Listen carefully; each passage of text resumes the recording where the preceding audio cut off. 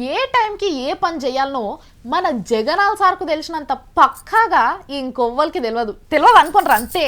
డుమ్మా కొట్టకుండా బుద్ధిమంతుల లెక్క ఢిల్లీలో ఓ కార్యం ఎలగబెట్టేటందుకు సంకలేమో సామాన్లు వేసుకొని బయలుదేరిందంట ఈ దొర. మరి ఏం ముచ్చటనో ఏం ఎలగబెడుతున్నాడో చూడుండ్రి. జర్రంత టైం దొరికితే చాలు 80 టాటా సుమాలు వేసుకొని ఏదో ఒక యాత్ర చేసుకుంటా కాలం నెట్టుకొస్తున్న పులివెందుల జూనియర్ రాజశేఖర్ రెడ్డి గారు ఇక బుద్ధి నేర్చిన పిల్లగాని లెక్క పార్లమెంటుకు డుమ్మా కొట్టకుండా పోతున్నాడట. సారు పార్లమెంటుకు పోతే విచిత్రమే మరి. సార్ గారు జనవాసంలోకి వచ్చిన సంధి లోక్సభకు ఓకనే పోయినా ఇట్లా పోయి అట్లా మర్రి వచ్చిండు. కానీ ఇక నిన్న మొన్నటి సంధి రోజు హాజరేస్తున్నాడట. పోకపోతే కొంపలేం అంటకపోతుండేనా కానీ ఇప్పుడు ఎలక్షన్లు దగ్గరకు వస్తున్నాయి కదా, నిన్ను ఎంపీగా నిలబెడితే ఏం పొడుచుకొచ్చినావని ఓట్లేసిన జనం తిడతారు. ఏమైనాయో నీ సమైక్యాంధ్రాన్ని ప్రగాఢంగా నమ్ముతున్న జనం తిడతారు. కాబట్టి మళ్ళా ఒక ప్లకార్డ్ సంకల పెట్టుకొని లోక్సభలో అడుగు పెట్టిందట. ఆపే శక్తి లేదు నాకు, ఇచ్చే శక్తి లేదు నాకు అని చెప్పిండు కదా అప్పుడు.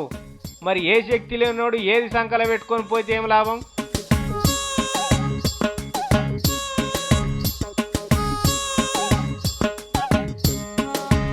ఏముండదు.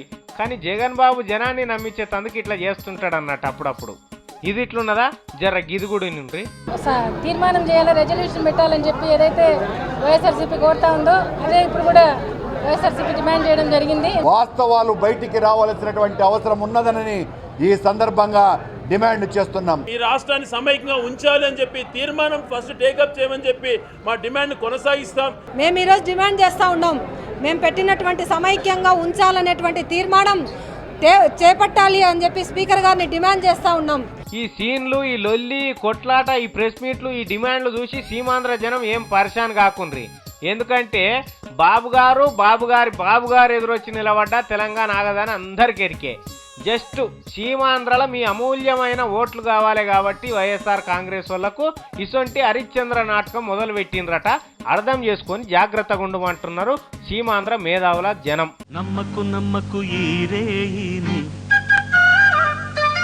కమ్ముకు వచ్చిన ఈ మాయని